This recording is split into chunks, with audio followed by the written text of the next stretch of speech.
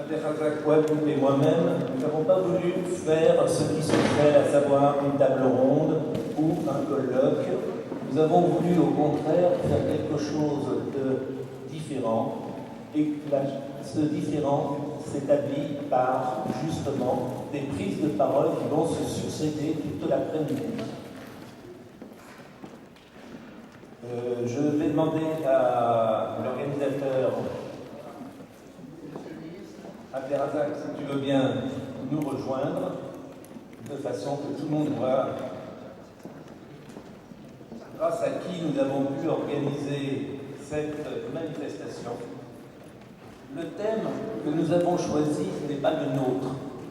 Le 12 décembre 1996, l'Assemblée générale des Nations unies a invité les États membres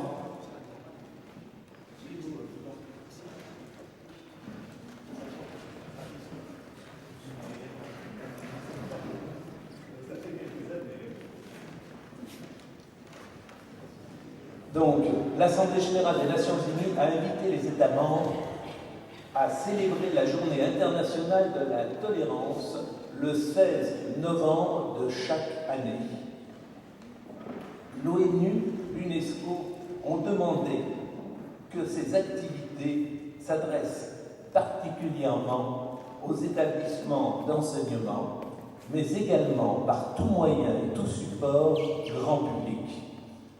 L'UNESCO s'occupe, comme vous le savez, de l'enseignement et la tolérance a effectivement été quelque chose qui est apparu comme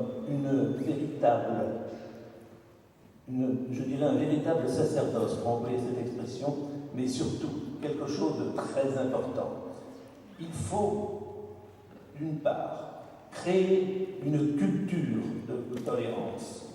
Il faut arriver à ce que cette tolérance puisse ne pas être quelque chose d'abstrait ou un mot galvaudé, mais bien une situation que nous recherchons, une situation qui demande véritablement de s'avancer et de tendre la main. La difficulté aujourd'hui dans ce monde qui est de plus en plus égoïste, dans ce monde qui est de plus en plus isolé de par les moyens que nous avons, mais qui nous isolent de plus en plus, la difficulté, c'est justement comment encore avoir des contacts avec l'autre. Et là, je reprendrai simplement une phrase qui est du Lévitique, cette fameuse phrase que tout le monde connaît, mais que beaucoup ont oubliée: tu aimeras toi-même, tu aimeras ton prochain comme toi-même. Tu aimeras ton prochain comme toi-même. Voilà le thème que nous voudrions entendre cet après-midi. Et je vais dès à présent donner la parole en commençant par justement un de nos amis qui est ici, qui est Michel Pichon, que je demande de me rejoindre, qui est vice-président de Cœur Caraïbes. Et je lui ai demandé de venir en premier parce qu'il va mettre la tolérance au niveau d'un homme qui est peu connu, un conventionnel de la République, Santonax. Et je lui passe la parole dès à présent.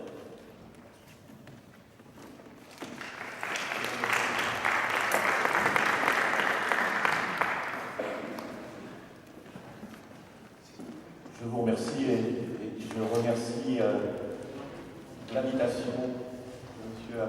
Abdelrazak pour cette journée. Voilà, je voudrais vous faire partager effectivement un petit événement que nous avons porté dans une ville du nord-est de Paris, Aubervilliers, pour rendre hommage à un homme mort en 1813, à l'âge de 50 ans, qui était un des conventionnels, un des hommes du XVIIIe siècle qui portait les combats d'abolition de l'esclavage. Il était un enfant d'Oyonnax, né en 1763.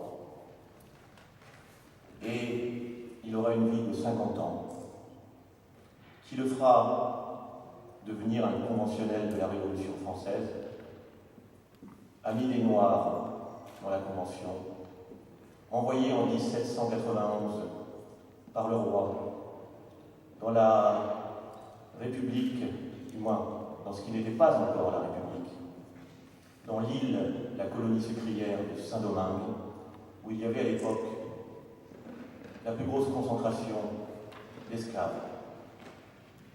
Il partira avec la commission civile envoyée par le roi en 1791 et il accompagnera ce qui sera cette tragédie, en tout cas, mais ce combat qui sera mené pendant 10 ans entre les puissances, Espagne, Angleterre, France, jusqu'à la naissance de la République d'Haïti. Nous avons tenu aux archives nationales, aux archives de la Convention, qui étaient transférées en 2013 de l'hôtel de Soubise, Paris Intramuros, ce lieu où sont stockés les textes de la Convention révolutionnaire, c'est-à-dire l'histoire de la République, était transféré en 2013 dans un bâtiment ultramoderne, un nouveau bâtiment conçu, porté par la République sur d'anciens jardins ouvriers de la ville de Pierrefitte-sur-Seine. 200 ans après la mort de Sonthonax, en 1813, en 2013, nous choisissons d'aller voir dans ces archives de la Convention ce qui nous restait de ce député, ce conventionnel abolitionniste. Donc, le petit texte que je vais vous lire porte sur Histoire, mémoire, oubli, 1813-2013, Sonthonax. Que nous reste-t-il de Sonthonax? Transatlantique, un pont, une envolée entre deux rives. L'histoire n'est jamais muette. On a beau se l'approprier, la briser, la couvrir de mensonges. L'histoire de l'homme refuse de se taire, malgré la surdité et l'ignorance. Le temps jadis continue de s'écouler dans le présent. C'est ainsi que s'ouvre le roman d'un romancier irlandais, Colum McCain, installé à New York, qui publiera en 2013 ce magnifique roman, Transatlantique. En effet, Transatlantique entrelace les époques et les destins. Et le titre de son deuxième chapitre, 1845-1946, porte justement sur un homme devenu libre, homme libre. Frédéric Douglass est ancien esclave. Il a fui le Maryland à l'âge de 20 ans, arrachant sa liberté. Il est devenu homme de lettres, invité en Irlande pour donner des conférences et promouvoir l'émancipation universelle. Convaincre les habitants d'Irlande et d'Angleterre de tout mettre en œuvre pour abolir l'esclavage, pacifiquement, par la force des idées. Frédéric Douglass découvre un pays où la famine fait des ravages. Quelques extraits, page 59. L'Assemblée le regardait tel un carrosse lancé au galop, susceptible de se retourner devant elle. Une goutte de sueur coulait entre ses omoplates. Il se sentit vaciller, serra le poing devant sa bouche pour tousser, s'essuya le front avec son mouchoir. Il s'était émancipé, admit-il, mais restait le bien d'autrui, un bien meuble, une marchandise. À tout moment, on pouvait le restituer à son maître. Le mot en soi était immoral, un mot qu'il voulait détruire, anéantir, master. Il risquait d'être fouetté, sa femme déshonorée, ses enfants défroqués. Il existait encore en Amérique des églises qui soutenaient l'esclavage, une tache indélébile sur la foi chrétienne. Même dans le Massachusetts, on l'avait poursuivi dans la rue, frappé sur les crachats. Page 65. Monsieur, monsieur, vous venez d'Afrique? Il hésita un instant. Jamais on ne lui avait posé la question. Son sourire se raidit. D'Amérique. Christophe Colomb est parti sur l'eau. Il ne voulait pas de moi, il ne voulait pas de toi. Venez jouer avec nous, monsieur, et donnez-nous sixpence, s'il vous plaît, des enfants de la rue. Le plus petit ne devait pas avoir 3 ans, les feuilles dans sa tignasse, sale, une coupure sous la paupière. On aurait pu compter ses côtes. Page 69, et j'arrêterai là cette citation du roman transatlantique. Je suis né à Tucaoe, près de Hillsborough, à environ 12 miles d'Easton, dans le comté de Talbot, État du Maryland. Je ne connais pas précisément la date, faute de documents authentiques qui la mentionnent. Dans leur grande majorité, les esclaves en savent aussi peu sur leur âge que les chevaux, sur le leur. Et c'est le vœu de la plupart des maîtres, de les maintenir dans l'ignorance. Merci, dit-il, merci de m'accorder l'honneur de m'exprimer devant vous. Les mains levées, il s'efforça de calmer l'assistance, puis aborda tour à tour l'esclavage, le commerce, l'hypocrisie et l'abolition nécessaire. L'énergie, le feu s'emparèrent de lui. On ne peut regarder un homme sans voir l'humanité entière. L'injustice dont on accable, un seul ne peut que frapper les autres. Aucun pouvoir, aucune autorité ne saurait confisquer le bien et le mal. L'abolition doit être une aspiration naturelle. Voilà cette évocation de ce roman de Colum McCain à travers la figure de Frédéric Douglass pour rapprocher ce conventionnel abolitionniste qu'était Frontenac. Je pense que je peux remercier.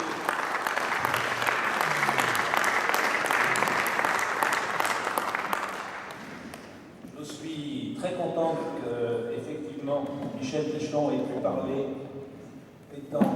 moi-même étant occupé à l'UNESCO de la commémoration de l'abolition de l'esclavage, donc je suis particulièrement sensible à ce qu'il a dit, et en particulier à toutes ces nombreuses personnes qui sont complètement oubliées et que l'histoire ne rappelle pas. Merci Michel Pichon.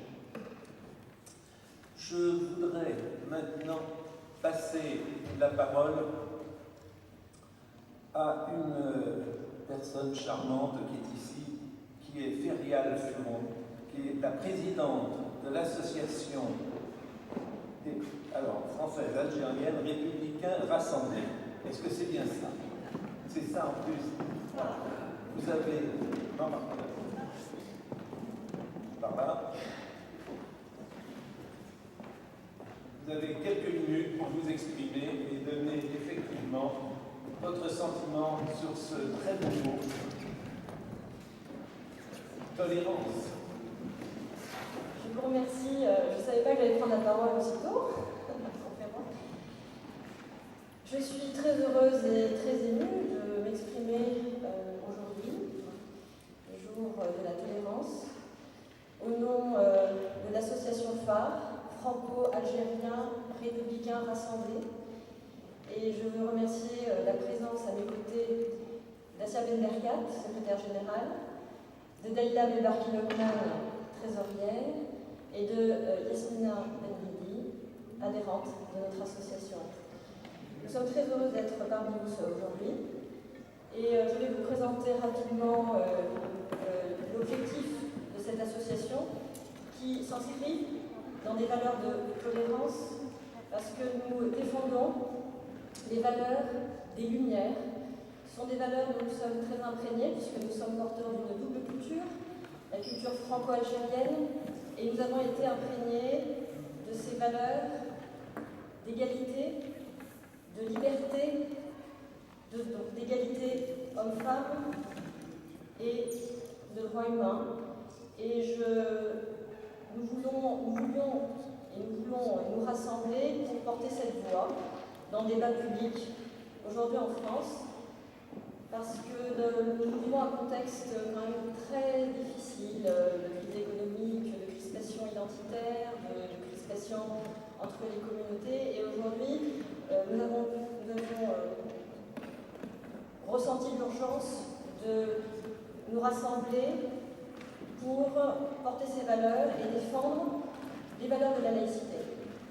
La laïcité aujourd'hui est malheureusement mise à mal. On lui fait un faux procès en raison de toutes ces lois contre les signes ostentatoires. Mais je pense que ce n'est pas la laïcité qui est en cause aujourd'hui, c'est plutôt les discours politiques qui peuvent être discriminants, car ils se focalisent sur une religion, ils se focalisent sur le voile. Et donc aujourd'hui, on veut défendre la laïcité parce que ce n'est pas la laïcité qui est en cause.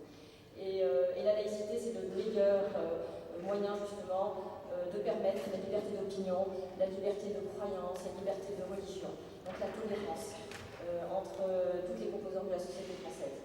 Voilà, donc je ne vais pas m'étaler plus. Nous sommes très investis aussi dans la relation entre la France et l'Algérie. Nous sommes un mouvement qui est générationnel parce que nous sommes en majorité nés après l'indépendance et nous voulons de toutes nos forces œuvrer pour le rapprochement entre nos deux nations que nous chérissons. Merci.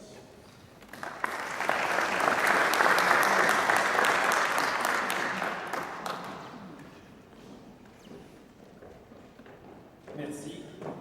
Nous allons donner la parole maintenant à Hidja Khoury, si je peux bien venir. Voilà. Présidente de la CAMED.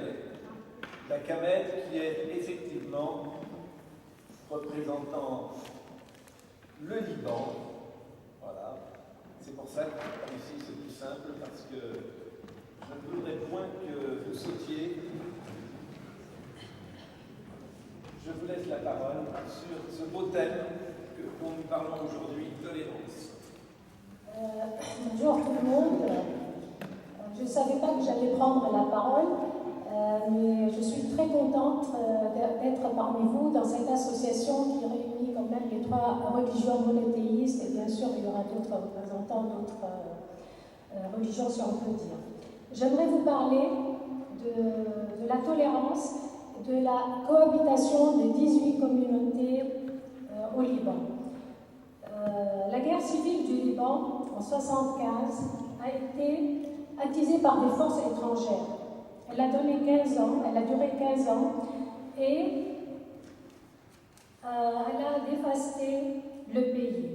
Finalement, elle s'est arrêtée en 1990 sur un accord, celui de Taïf, signé par tous les belligérants libanais à Jeddah, en Arabie Saoudite. Pourquoi elle a eu lieu? Selon moi, quand des intérêts politiques locaux, quand il y a des belligérances extérieures pour des intérêts stratégiques, quand ces intérêts stratégiques attisent des haines, quand on oublie le sens des mots cohabitation et tolérance, en ce qui concerne les croyances, on peut déboucher sur des guerres. Actuellement, le Liban est le seul pays qui a échappé au printemps arabe. Car les Libanais, ils ont appris, avec cette guerre civile qui a duré 15 ans, le sens du partage et l'inutilité des guerres. Et ils ont adopté le dialogue pour faire vivre leur pays, le Liban. Les Libanais et la société libanaise, avec la cohabitation des 18 communautés, ont donné et sont donnés un exemple de gouvernance pour des pays musulmans en quête de gouvernance laïque. C'était la conclusion qui a été prise la semaine dernière lors d'un colloque sur la gouvernance et la laïcité dans les pays musulmans avec les printemps arabes. J'étais très heureuse d'entendre qu'à la fin, il y a deux pays qui ont été donnés en exemple. Le premier pays, c'est le Liban, et le deuxième pays, c'était la Tunisie. Je vous remercie pour votre attention.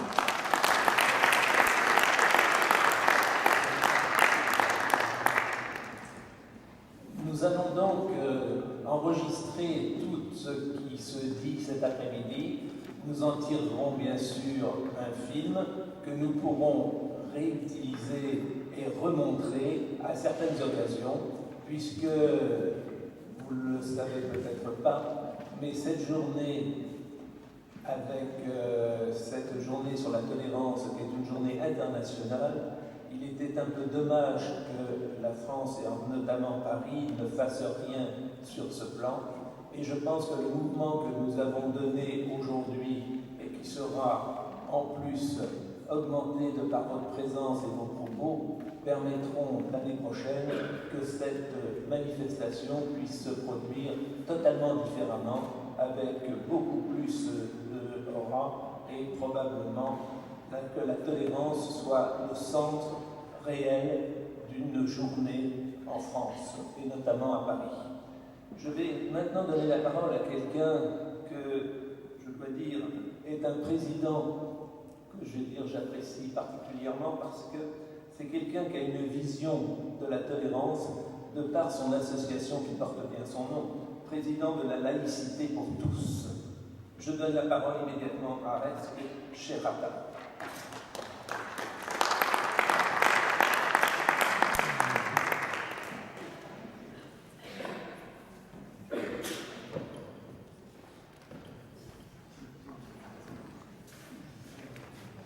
Monsieur le Président, Monsieur le ministre de l'Hygiène, Mesdames et Messieurs les religieux, Mesdames et Messieurs des associations civiles. Je m'appelle Rezk Sherata, j'ai 57 ans, je suis né dans le quartier juif du Caire, des parents catholiques et à quelques mètres du mosquée El Azhar. Donc je me considère de naissance juive, de religion chrétienne et de culture musulmane.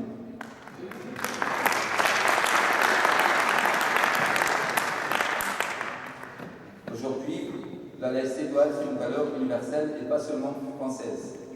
La France, la République, elle est laïque depuis 1905, mais tout ce qui se passe autour de nous dans le monde entier, le monde qui est un petit village, dans 80 pays dans ce monde-là, il y a des forces du mal qui sont là pour battre tout ce qui est tolérance et tout ce qui est dialogue religieux. Donc c'est un combat mondial qu'on doit tous travailler là-dessus. La France a toujours exporté ses valeurs, pourquoi pas la laïcité? C'est pour cela que c'est notre combat de notre association, c'est de faire de la laïcité une valeur universelle. On doit tous travailler pour que les jeunes, aujourd'hui en France, tous les jeunes de tous bords, les jeunes juifs, chrétiens, musulmans, les croyants et les non-croyants qui travaillent ensemble, qui se connaissent mieux que ça. C'est ça le vrai combat qu'on doit faire pour éviter n'importe quel danger pour la République. Vive la République, vive la France. Merci.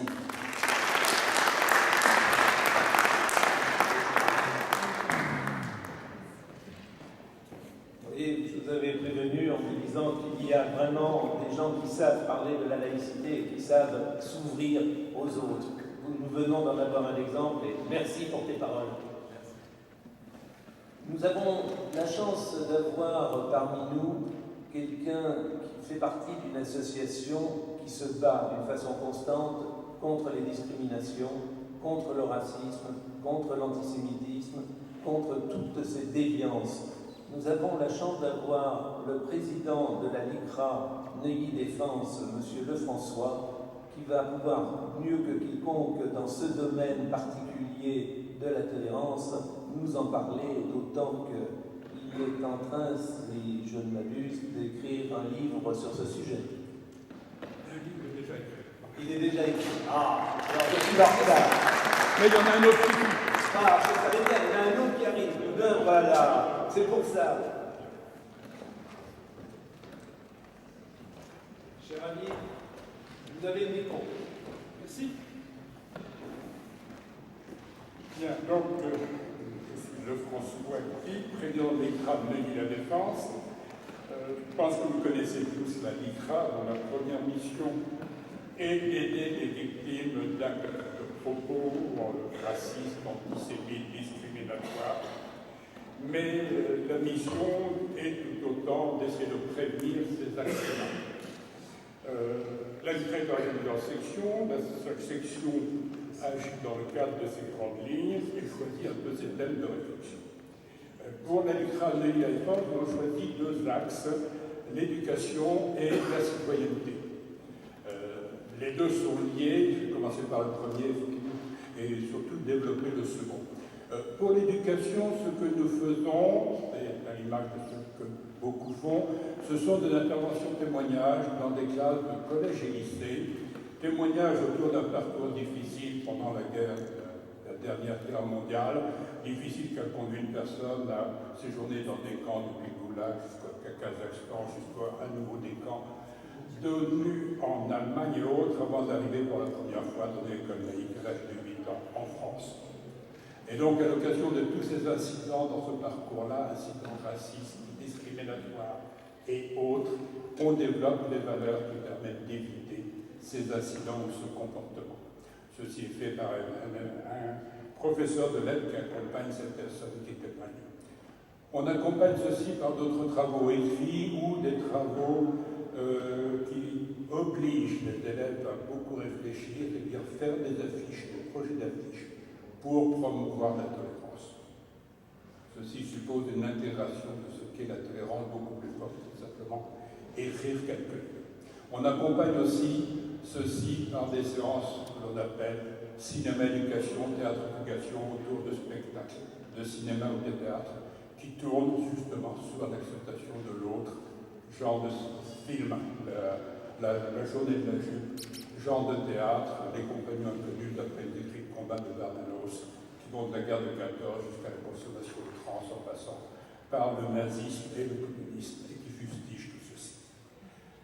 Dans ces actions d'éducation, on rencontre souvent, et dans d'autres occasions aussi multiples, on rencontre souvent des personnes qui nous disent « Moi, je ne suis pas fongible dans la nation française parce que ma culture, parce que ma religion, parce que mon origine. » Mais on rencontre tout autant des personnes qui nous disent « Lui, il n'est pas fongible dans la nation parce que sa religion, parce que sa culture, parce que son origine. » Et c'est à partir de ceci qu'on s'est dit, mais comment contribuer à une meilleure intégration de chacun dans la nation?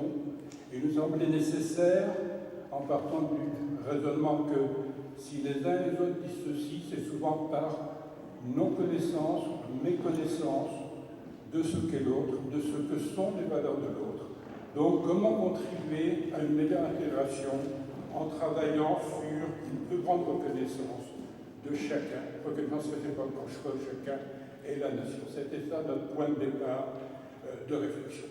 Et en disant qu'est-ce qu'on peut faire? On peut faire des manifestations. On a fait des conférences pour avoir des points de vue, pour capitaliser sur des points de vue d'universitaires, de chercheurs, de représentants des religions, de représentants d'autres modes de pensée, l'athéisme, le bouddhisme, c'est aussi parfois une religion, le bouddhisme, les francs-maçons.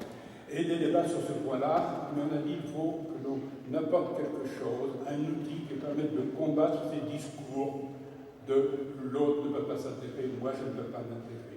Discours qui sont... Et donc on a dit ceci, ces discours, c'est sur les valeurs. Donc travaillons sur les valeurs. Comment travailler sur les valeurs? On a dit, bon, notre objectif en session, essayer de produire un outil qui soit utile pour affaiblir ce discours et qui soit utile à tous ceux qui se trouvent confrontés à ces personnes qui disent « moi je ne suis pas fongible, lui il n'est pas fongible ». Ces personnes, ce sont ceux qui exercent le magistère civil, ceux qui exercent le magistère religieux dans les mairies, les départements, etc. Ceux qui agissent dans le champ de l'éducation, bien sûr, et aussi ceux qui agissent dans le champ judiciaire, comme les conciliateurs de justice au premier stade avant d'entrer dans les procès. Donc pour ceci, nous avons constitué un club de réflexion qu'on a appelé le club, simplement. En disant club, ça signifie désormais citoyenneté, laïcité, unification de nos bases. Et ce club de réflexion a dit, nous allons travailler à partir des valeurs de la République, et nous allons travailler sur des données. Pourquoi des données? Parce que si on travaille sur les opinions sont discutables, et donc le résultat est très discutable. Si on parle des données, on a plus d'objectivité, il est plus difficile de combattre ou de contredire le résultat. Donc les données, dans les parties des valeurs de la République, c'est quoi? C'est la DDHC, c'est quoi je sais pas.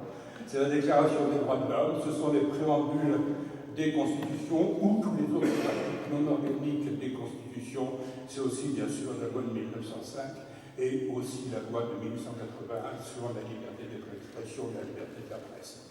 Et en analysant ceci, on a identifié 20 valeurs qui nous paraissaient essentielles pour le vivre ensemble et le respect de l'autre. Ces valeurs, on les identifiait par des extraits de ces textes fondamentaux des fondateurs de la République. Et on a dit en face, il nous faut la même qualité de document. Et donc, on a saisi un groupe d'experts en religion, imam, monseigneur et rabbin, c'est dit dans l'ordre alphabétique pour ne privilégier personne. Donc, imam, monseigneur et rabbin, en leur demandant de me dire, voilà une valeur, par exemple, liberté d'expression. Voilà les textes de la République qui identifient et qui montrent que cette valeur existe dans la République. Dites-nous les extraits des textes fondamentaux de votre religion qui attestent que la même valeur existe dans votre religion. Donc, pour chacune des filles, finalement, c'est ces données, ces autres données, et au milieu, c'était le travail du club, de dire, voyons au travers, avec ces deux données-là, comment cette valeur est vécue dans la nation française, comment elle est évoluée, et comment elle peut évoluer avec l'évolution de la société. Donc, ça a été le travail, ça a été 3 ans de travail. On est arrivé à un projet d'ouvrage, mais avant de lancer ce projet d'ouvrage, de l'imprimer avec nos pauvres moyens, excusez-moi, on l'a soumis à une trentaine de personnalités pour qu'ils nous disent 2 choses. 1, est-ce que c'est lisible? Est-ce que c'est faisable? 2, est-ce que vous pensez que notre objectif d'utilité est atteint? 3, à qui et comment pouvez-vous nous aider à le diffuser? On a eu des réponses positives. Ces personnes-là appartenaient, je dirais, aux collectivités territoriales, maires, départements ou conseils économiques, sociaux et environnementaux, appartenaient au monde de l'éducation, appartenaient aux loges maçonniques, appartenaient aussi, c'était des personnalités de réflexion philosophique et autres. Leur réponse a été positive, donc nous avons engagé à affiner notre ouvrage et à le produire. Il existe. C'est ceci, convergence entre les valeurs de la République française et les valeurs des religions et des autres modes de pensée, réflexion autour de 20 valeurs dans une démocratie laïque. Tous les mots sont importants. Il existe, il démontre, je crois que c'est ça, ce travail-là a démontré qu'en partant des données, eh bien, il y a une grande convergence pour sa valeur. Déjà, pour sa valeur, il y en a d'autres.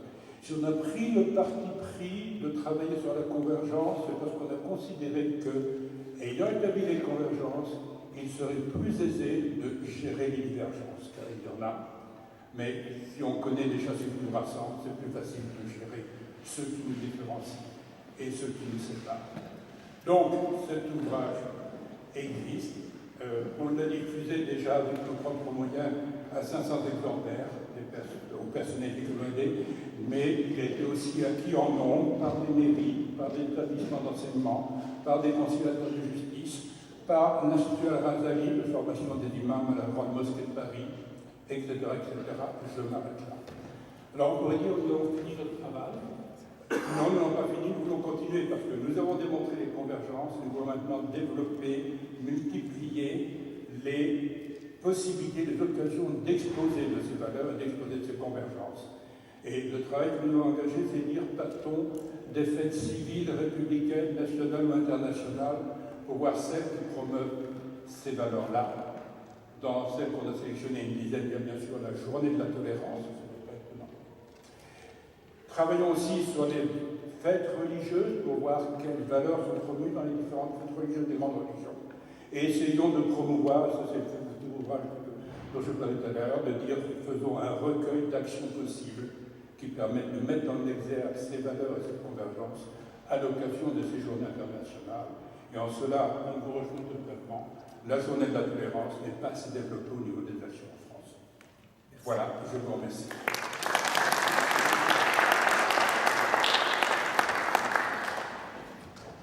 Vous avez pu apprécier quelque chose de particulier avec M. Lefrançois, c'est qu'il propose des solutions concrètes. Et il est effectivement constamment sur le terrain pour essayer d'avancer. Je voudrais à ce moment particulier demander si Luisa Ferra est là. N'est-ce pas qu'elle est là?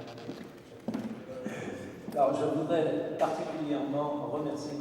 le maire, remercier la mairie de sa gentillesse, de l'efficacité et en particulier par sa représentante aujourd'hui qui est elle-même, et qui nous avait facilité dans beaucoup de cas les différentes possibilités pour nous réunir ce jour.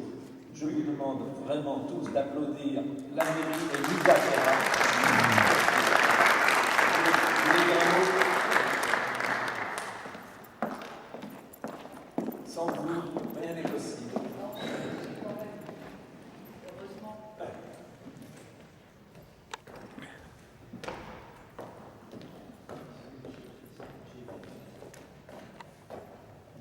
Alors bonjour à tous. Alors je n'ai pas préparé de petits papiers parce que je n'avais pas prévu de prendre la parole. Alors, quand on parle de tolérance, pour moi, ça commencerait, disons, plutôt par le mot amour, qui serait l'amour des uns et des autres, comme c'est traduit dans toutes les religions. Évidemment, ça ne se passe pas comme ça, c'est fort dommage, mais je pense que ça arrivera un jour. La tolérance, elle se fait, mais c'est aussi très compliqué. Alors, j'espère que, en fait, nous tous, nous arriverons à le faire. Sur le plan politique, c'est aussi toujours très compliqué, la tolérance. Très souvent, chacun voudrait représenter l'autre. C'est ce qui pose aussi quelques problèmes, parce qu'il est toujours très difficile de représenter toutes les autres personnes qui ont chacun leur personnalité. Je dirais que, aussi pour parler de tolérance, bon, en dehors d'être adjointe au maire dans le 15e, j'ai quelque chose qui me tient particulièrement à cœur et qui est donc une association dont je suis présidente depuis très très longtemps, et puisque vous êtes tous là, en l'occurrence, je vais vous en parler. Voilà, c'est une association qui s'occupe d'enfants gravement malades que l'on fait venir de différents pays de l'autre côté de la Méditerranée. Et bon, maintenant, en ce moment, on se bat pour une petite fille qui est en train de mourir, et des appels ont été lancés sur toute l'Algérie, et ça a été relevé. Et donc, si vous pouvez transmettre ce message, cela apportera peut-être la possibilité à cet enfant d'être présente parmi nous dans peu de temps et de pouvoir se faire opérer à l'hôpital de Bray. Voilà, je vous remercie.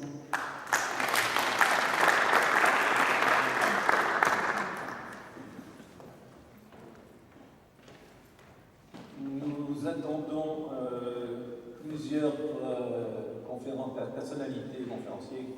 Donc, dès qu'ils viendront, certains sont obligés de venir, nous font l'amitié et le plaisir de venir, mais ne pourront pas rester, malheureusement.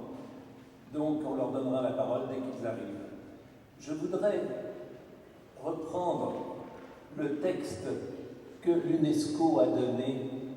Les États peuvent contribuer à faire disparaître la discrimination et la haine en favorisant le dialogue avec les minorités et autres groupes vulnérables. S'il y a bien effectivement des minorités qui ont souffert, il y en a une ici représentée, et représentée notamment par le docteur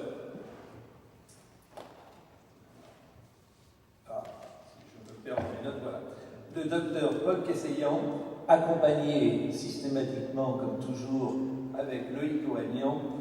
Le docteur Kesseyan, arménien, est président d'une association qui est Sassoun. Je rappellerai simplement, pour lui donner la parole, qu'en 1894, les Sassouniotes se sont opposés aux Kurdes qui les rançonnaient une fois encore. Et c'est à ce moment-là, par le sultan Hamid, qui a été donné l'ordre de frapper les Arméniens de Sassoun. Et on a vu des massacres qui sont intervenus en 1895 à Trebizond, à Ezenroum, le 30 octobre 1995, et puis bien entendu le fameux 1915, 24 avril 1915. Je passe la parole au docteur Paul Casseillan.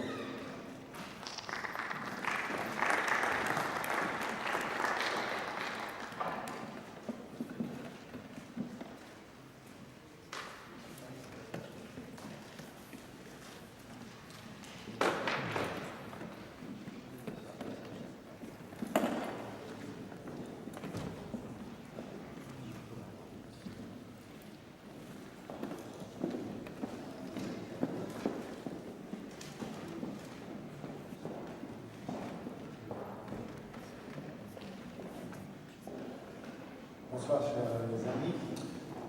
Je vous remercie de me donner la parole. J'ai rien prévu rien préparé, donc je n'ai pas de papier. Il y a rien.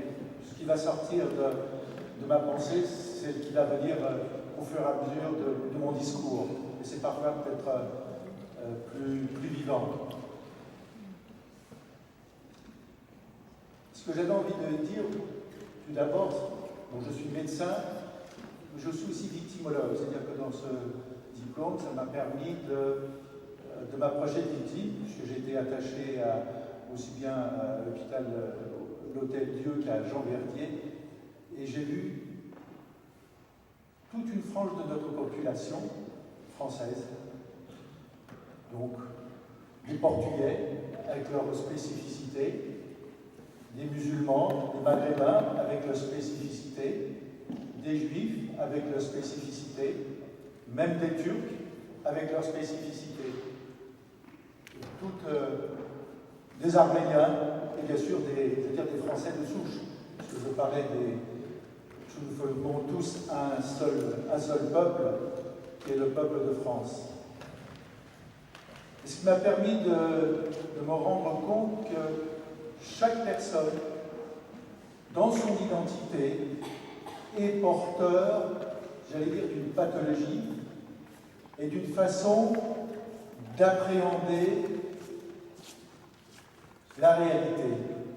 Et il voit cette réalité avec son propre prisme, avec sa propre manière de vivre, avec ce qu'il a vécu, avec son histoire, mais également avec ce qu'ont vécu ses parents et ses ancêtres.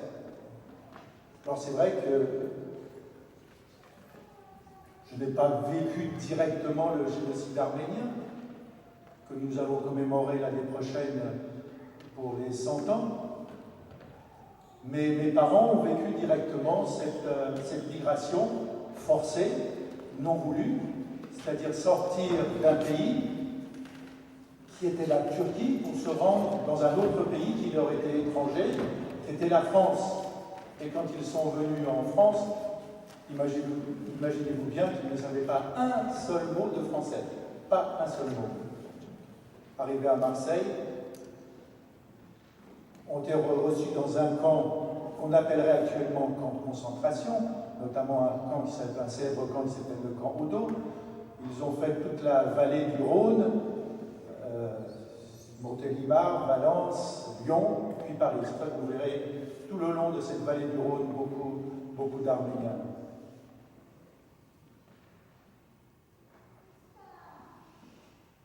Et la tolérance, puisque c'est de tolérance et de religion que nous parlons, c'est vrai, commence par le respect de l'autre.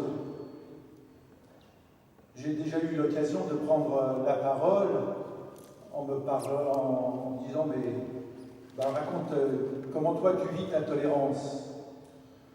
Actuellement, un certain pays, pour ne pas le nommer, la Turquie, essaye de frapper à la porte de l'Union européenne pour venir faire partie de l'Union européenne.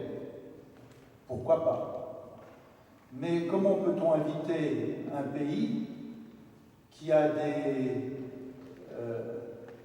cadavres dans son placard, on va dire entre 1 million et 1 500 000 Arméniens ont été massacrés par les Turcs dans l'Empire ottoman, et ce pays actuel, la Turquie, ne reconnaît toujours pas le crime qui a été commis sur son sol. Et il y a une migration énorme de Turcs qui viennent en France. Certains, tolérants, c'est-à-dire reconnaissent ce qui s'est passé sur leur sol, et c'est ce qui est terrible pour eux. C'est vrai, reconnaître un crime, c'est ce qu'il y a de plus terrible. Mais ce qui est bien pour ce peuple, c'est quand on reconnaît son crime, on est grandi. Quand on reconnaît une de ses fautes, on sort grandi de sa faute. Quand on reconnaît le mal que l'on a fait, et là je parle en tant que victimologue, c'est le début de la guérison. La tolérance, c'est reconnaître aussi ses erreurs.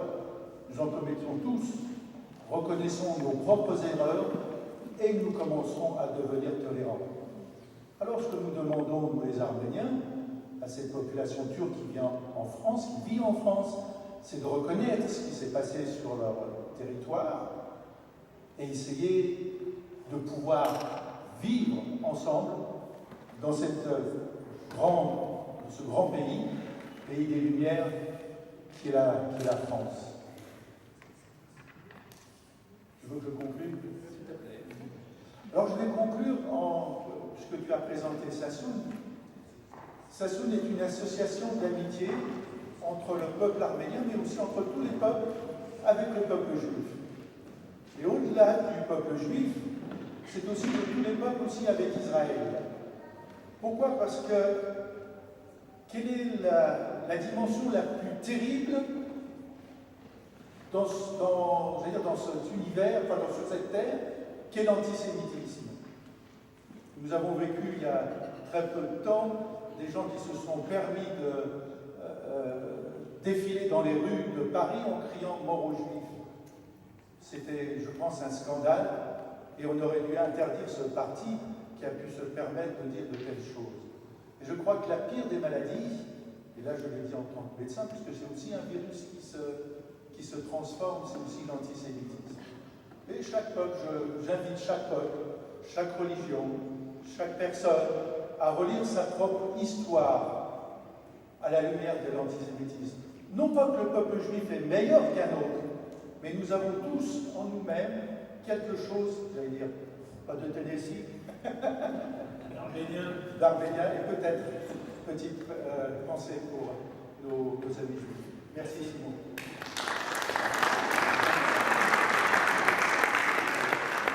Nous avons le plaisir d'avoir le grand rabbin de France, Chaim Korshia. Je ne ferai pas l'histoire de Chaim, mais en revanche, je lui donnerai la parole tout de suite.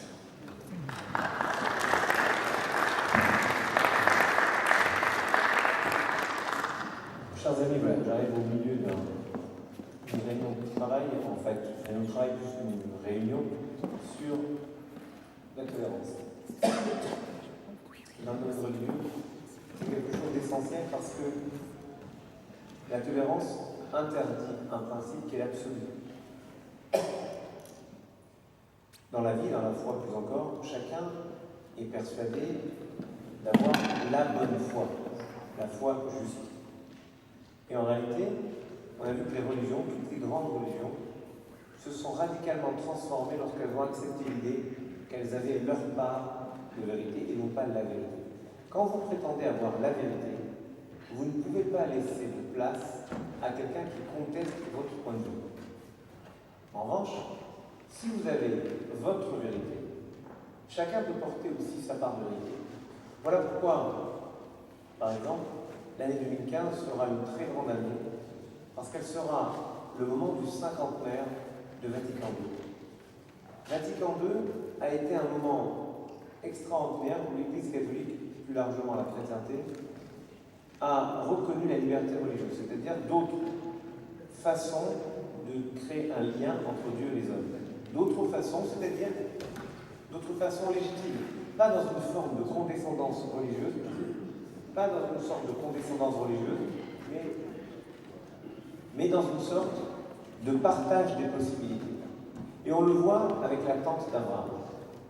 Abraham avait une tente, on raconte la Bible, ouverte des quatre côtés. Une tente ouverte d'un seul côté, c'est une tente qui oblige chacun à passer par une seule voie, une seule porte, un seul chemin. La tente d'Abraham, elle, est ouverte sur les quatre côtés, parce que chacun pouvait y accéder par sa propre voie. Et finalement, dans l'histoire humaine, les grands massacres, les grandes guerres, on appelle les guerres de religion, se sont toujours construites au moment où quelqu'un voulait imposer son point de vue, en forçant l'autre à adopter le sien, c'est-à-dire en niant la possibilité que chacun est porteur d'une part d'étincelle divine. Et lorsque le judaïsme prône que le verset le plus important de la Bible, c'est « Tu aimeras ton prochain comme toi-même », le judaïsme explique toujours le sens de ce verset qui est très compliqué. En réalité, tu aimeras ton prochain comme toi-même. Comment aimer le prochain comme nous? On s'aime toujours un peu plus, on s'avantage soi-même par rapport aux autres.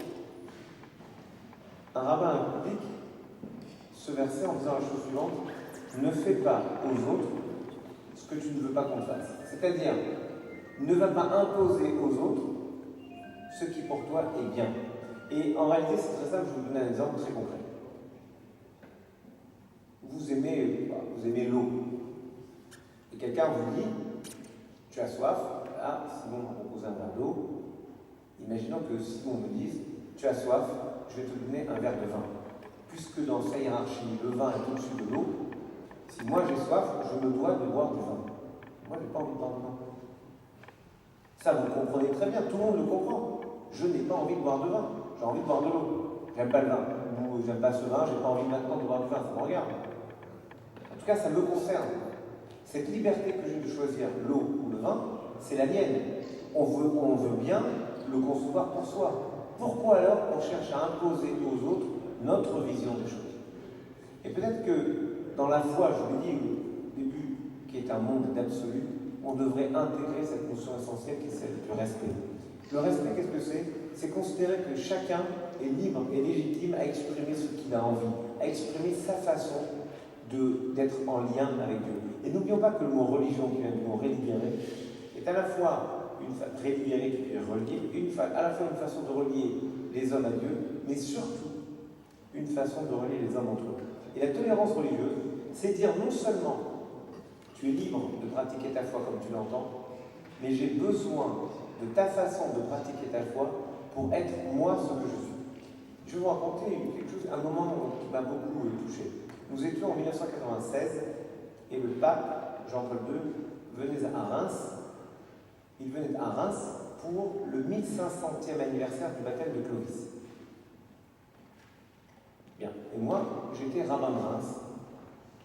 Et des gens sont venus me voir en me disant il faudrait que vous associez à nous pour vous opposer à la venue du pape. Pourquoi je m'associais au fait de contrer la venue du pape? Il m'explique que c'est scandaleux, que la France n'est pas catholique, la France n'est pas la fille de l'Église, la France c'est la liberté. Oh, ok, d'accord, mais quoi? Ils n'avaient de rigolo d'ailleurs que leur nom. Le nom du collectif, c'est assez rigolo, ça s'appelait Vaderetro Papanas. J'avais trouvé que c'était rigolo. Mais le fondement même d'interdire au pape de venir à Reims, je trouvais ridicule. Mais la question qu'il posait était intéressante. C'était une question qui consistait à dire le pape vient, mais qu'est-ce qu'il vient célébrer? Est-ce qu'il vient s'adresser qu'à la France catholique? Je leur ai dit, le pape connaît la situation de la France. Et donc je me suis permis d'écrire au pape, très sincère, vous venez à Reims le 22 septembre 1996, il se trouve que c'est la veille du Kippour, le grand pardon, c'est un dimanche. Vous connaissez parfaitement la situation religieuse en France, de liberté spirituelle. Il serait extraordinaire si vous disiez cela au début de votre homélie, en disant que nous souhaitons bon jeûne et bonne fête aux Juifs qui entrent dans la sainte journée de Kippour. Leur prière est importante pour nous. 3 semaines après, je reçois une lettre du Vatican qui me dit que le pape prononcera les mots que j'ai proposés au début de son livre. Et c'est ce qu'il fait. Et d'ailleurs, comme il l'a fait, moi je suis allé à la messe. Sur la base, c'était ma base aérienne, la base aérienne de Reims, 250 000 personnes. Et je peux vous dire que c'était un moment d'émotion extraordinaire où un grand dirigeant, à la fois religieux, mais en même temps spirituel de notre temps, disait quelque chose d'aussi simple et d'aussi évident, mais d'aussi fondamental: leur prière est importante pour nous. C'est-à-dire que ce qui est important, c'est la diversité qui est entretenue. l'un des livres majeurs de l'histoire française, c'est un livre d'un homme qui n'était pas particulièrement philosémique, c'est le moins qu'on puisse dire, qui s'appelait Maurice Barrès, qui en 1917 écrit un livre qui s'appelle « Les diverses familles spirituelles de la France ». Et là, il prend comme exemple l'acte incroyable du grand rabbin Avraham Bloch. Ce rabbin, grand rabbin de Lyon, est mobilisé à sa demande. Il est volontaire, il a 5 enfants, il aurait pu échapper, il devient aumônier de la 14e armée. Le 29 août 1914, il est sur le front à Tintru dans les Vosges. Il est sur le front, les obus pleuvent, un soldat est touché, il voit passer un aumônier, il voit passer un rabbin, un curé, il croit que c'est un curé, il lui dit « Mon père, apportez-moi un crucifix ». Alors rabbin, il n'a pas de crucifix sur lui, il fonce au village, ramène un crucifix, le présente au soldat, mais sous les obus qui continuent à tomber. Et ils meurent tous les deux, frappés par ces obus. Maurice Barrès s'empare de ce moment de l'histoire de France et dit voilà, c'est ça la France. C'est un moment d'immense tendresse spirituelle. Quelqu'un est prêt à mourir pour qu'un autre puisse pratiquer sa foi.